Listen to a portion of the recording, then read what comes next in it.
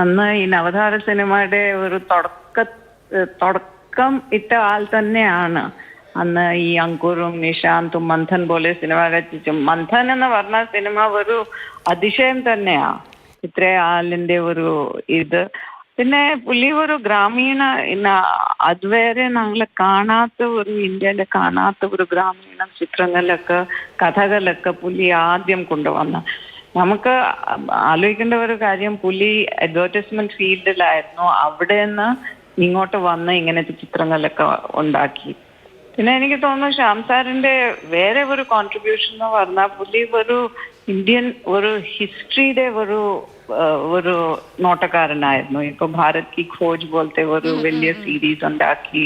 ഗാന്ധിജിയെ പറ്റി ഒരു സിനിമ സൗത്ത് ആഫ്രിക്കയിലിരിക്കുമ്പോഴേ ഗാന്ധിജിയുടെ. പിന്നെ സുബേദ എന്ന് പറഞ്ഞിട്ട് ഒരു സിനിമ. അങ്ങനെ ഒരു എന്നാ പറയുന്ന ഒരു ജയന്റ് ആയിരുന്നു വാസ്തവല്ലേ.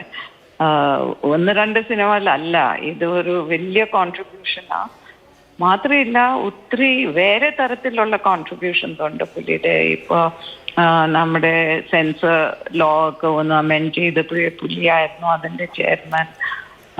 പല സമയത്ത് FTIയുടെ ചെയർമാൻ ഉണ്ടായിട്ടുണ്ട്.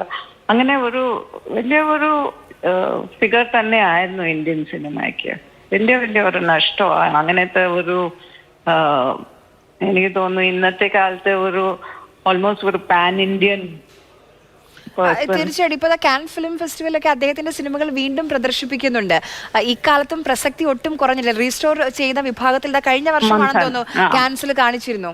അതന്നെ മന്ഥൻ എന്ന് പറഞ്ഞ സിനിമ ഇപ്പൊ ഞങ്ങള് നോക്കിയാൽ എത്ര പേരുടെ എല്ലാരും ഒരു രൂപ കൊടുത്തിട്ട് ഇപ്പൊ ഞങ്ങള് ഒഡീസയുടെ പോലെ തന്നെ ആ മന്ഥന്റെ ആ അമൂൽ കോഓപ്പറേറ്റീവിന്റെ മാത്രമല്ല എന്തൊരു സ്ട്രോങ് പൊളിറ്റിക്കൽ മെസ്സേജ് ഉണ്ട് അതില്.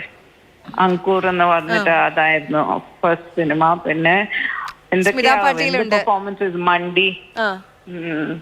ഒത്തിരി നമുക്ക് ഓർക്കാൻ പറ്റുന്ന ഒരു വലിയ ഒരു നഷ്ടം തന്നെയാണ്.